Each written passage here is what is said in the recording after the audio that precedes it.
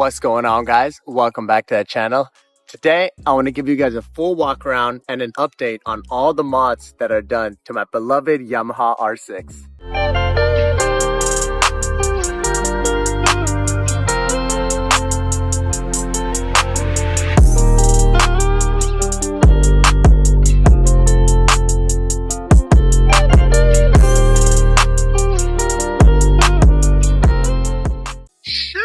She looks so nice in this sun right here.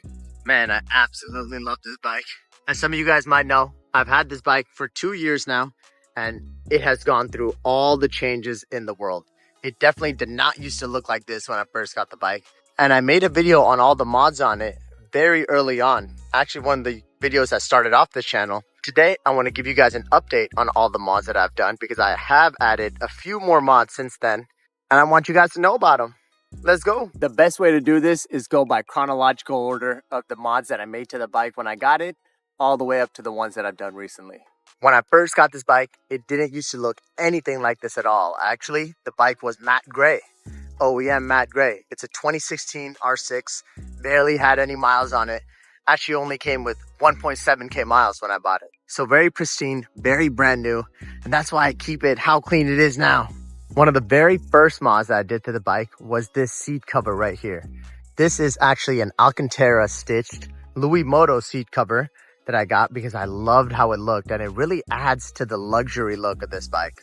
One of the things with the R6 is that it's very aggressive and the OEM seat pushes you forward. But with this seat, it allows you to sit back a little bit. You're more comfy back here while you're sitting, and it just looks so nice. Then I added this quick release fuel cap and this tank grip to add to the aesthetics of this bike before I even knew that I was going to change the bike to white. But now it just works so well. This makes it really easy to actually fuel up your bike. Since I don't need to put in the key into the fuel tank, the key just stays over there. And this tank grip that I got is actually see-through. It's from Pug Racing or Pug Racing. It looks so nice because you can actually see what the paint is, what the color is underneath it. I love it.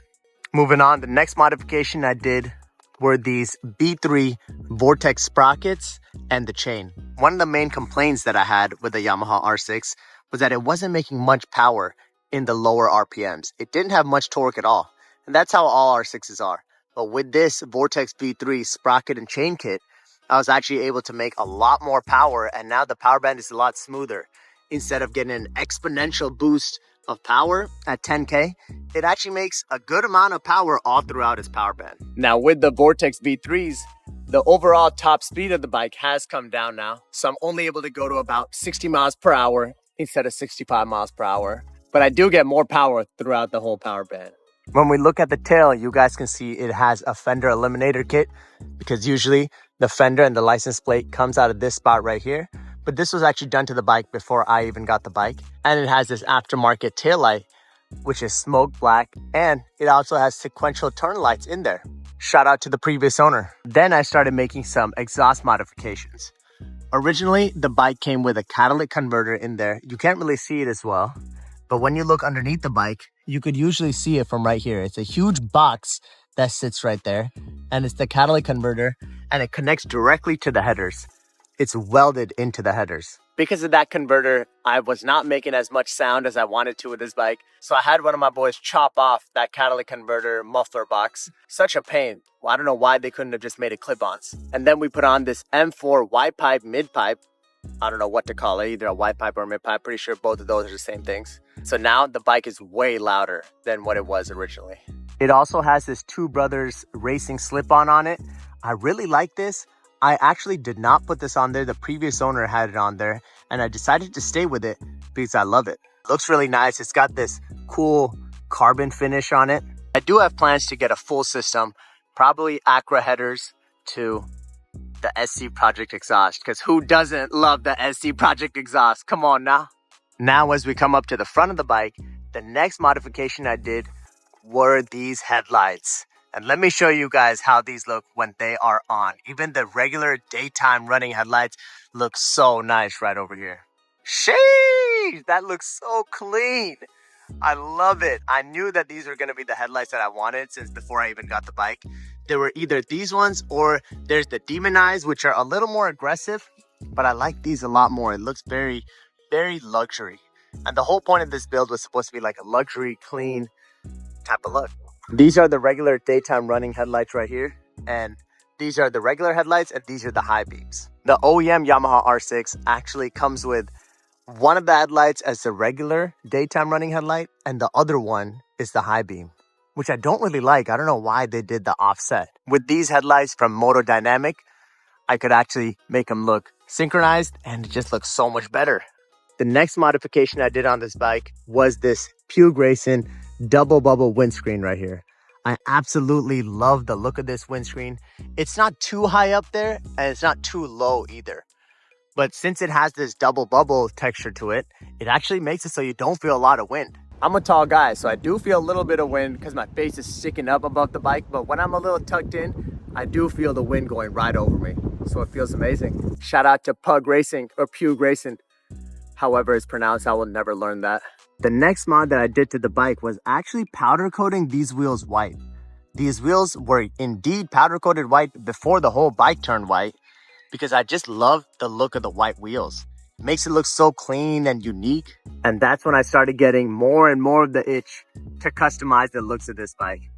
After powder coating the wheels, I was like, I gotta change the whole look of this bike completely. So then I started adding little accent pieces like this carbon fiber mud guard right over here and these handlebar grips. These handlebar grips are also actually from Pugue Racing or Pugue Racing. And I like these because they were different. Everyone rocks the domino grips, but I like being different and I like this luxury look that these have. There's a little bit of silver on them. Some people say they look like lightsabers. I like how they look. I didn't add the CRG RC2 racing levers on here. Luckily, the previous owner added those on there, but I absolutely love them. Lets me adjust how soft or how hard I want the brakes. But I usually keep it at a nice medium setting because I don't like the brakes too spongy or too hard. Also has the same one on the clutch side. I like keeping my clutch and brake pretty tight. I don't like them being very spongy. The bike also has a GPR stabilizer on it. This is very important, especially for these older bikes that don't come with any tech on it or any stabilization on it. I would definitely recommend getting a stabilizer yourself. A stabilizer is very important to prevent the speed wobbles. I know you guys have seen the viral clips online of people getting speed wobbles and going down the freeway, almost crashing their bikes for a couple 100 meters. And it's honestly very dangerous, especially on bikes like these when it doesn't come with an inbuilt stabilizer. You definitely need to get some sort of stabilizer on it. I like the GPR stabilizer a lot because it allows me to change the stiffness or the stabilization on the go. The bike doesn't need to be stopped at all. So usually when I'm riding in the street, I keep it at a lower stiffness. And when I hop onto the freeway, I turn it up a little bit so the bike feels very stable and smooth to the ground. Now, after adding all those minor modifications to the bike, I had finally decided to switch up the color of the bike. When I got the wheels powder coated white, I knew for a fact that I was going to make the whole bike white. And I am so glad that I did. When I made the bike white, I had never seen any other full white bikes like this is. And I absolutely fell in love with it. I decided to go with an all white bike because I've seen most bikers out there, most content creators online, they have all black bikes and they like to be mysterious and unknown. But the reason why I do this is to be able to know you guys and to be able to inspire you guys and to be able to share my story with you guys. So I want to be different. And you know how we do, man. We rock the all white Rev Royal hoodie. We got the RoyalRsix. We like being different around here. It was a big decision to change all the fairings from matte gray. I used to rock the gray look, the mysterious look myself. It was the best decision that I've ever made to change it to all white. I mean, come on, man. Look at this thing. It's so pristine. Changing all the fairings on this generation of the Yamaha R6 is such a pain though. Took so long, but guess what? I got a new set of fairings now and I'm excited to show you guys. Can you guys guess down below in the comments what color the next fairings are going to be? I'm going to be making an install video soon on how to install all the fairings on this R6. But don't worry. We aren't changing much from the color of what it is now. You guys know we love rocking with the all white, but I am super excited for these new fairings. Before actually changing the color, I put on these Graves frame sliders right here. And I like these a lot because they're very discreet. You can't really even tell that they're there. I don't think most people even know I have frame sliders on my bike. but they're kind of just there to protect the engine. In case the bike does go down, the frame won't get damaged. The fairings might get a little bit of damage, but they're very nice and sleek. You can barely even tell that they're there. After changing the overall color of the bike, I kind of took a break from adding modifications onto the bike because I didn't know what else it needed to do. I wanted to make it the most aesthetic R6 out there, and honestly, it became like that real soon. But then I figured it out. I needed more carbon. So recently, I've added a couple more carbon pieces onto the bike. This side tank trim right here, I got in carbon, and also these air duct covers right here. I love these two pieces. I've been meaning to get more carbon on the bike for a really long time now to match the mudguard, and it just adds so much oomph to the bike. I love it. I also added these carbon handlebar guards because I love the look of them. I was debating a little bit or not if I wanted to get them because it looked a little more sleek without them, as it had just a bar end on here. But I do like the aggressive race look the bike has now. You guys let me know if you guys want these on there or if you guys like the original bar ends that I had on there before. I did also add this small little carbon cover right here, and I love it. I love it. Just adding little bits of carbon here and there adds that, that sprinkle onto the bike that it needs. But as all builds go, there's always something else that we can do to the bike. In terms of aesthetics, we can add more carbon onto the bike. We can add more carbon right here. We can add more carbon right here. We can even make the engine cover more carbon. I also do have some different pegs for this bike sitting around that I got to install. Just haven't had the time to do that yet, and it's not been one of my priorities. I do have a power commander that I need to install on this bike. It's been so long since I've had this power commander. It's actually the DynoJet 6, the nicest power commander out there. And all you got to do is connect it from the back seat all the way down to your battery, and then you can just tune the bike yourself. Connect my computer to it, do a little bit of beep boop, beep boop. Now the bike's gonna be shooting flames all of a sudden. Ooh, I'm excited for that. I'm so excited for that. That's gotta be something I gotta do real soon. Let me give you guys a little sound check. Woo-wee! I'm not gonna rev it out just here yet because there's some houses and stuff nearby.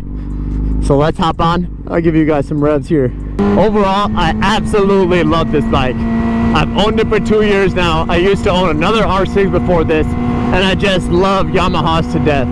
I spent a lot of time and a lot of money to be able to make this bike to look how it is now. I originally did it for myself because I loved how this bike looked and I loved the look of the all white.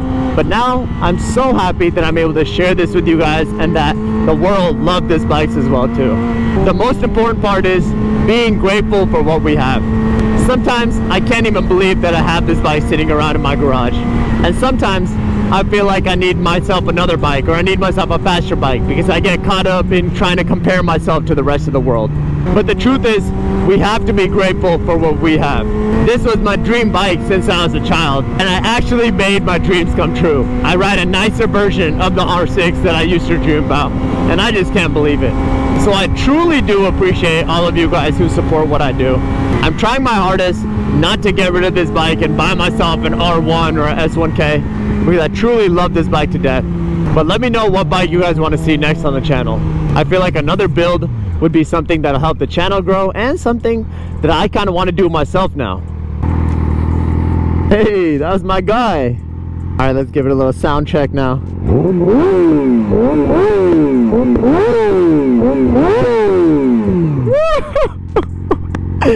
Man, I absolutely love the sound of this bike. Good thing I got rid of that muffler box, so it's actually loud now. I want you guys to practice being grateful for the things that you have.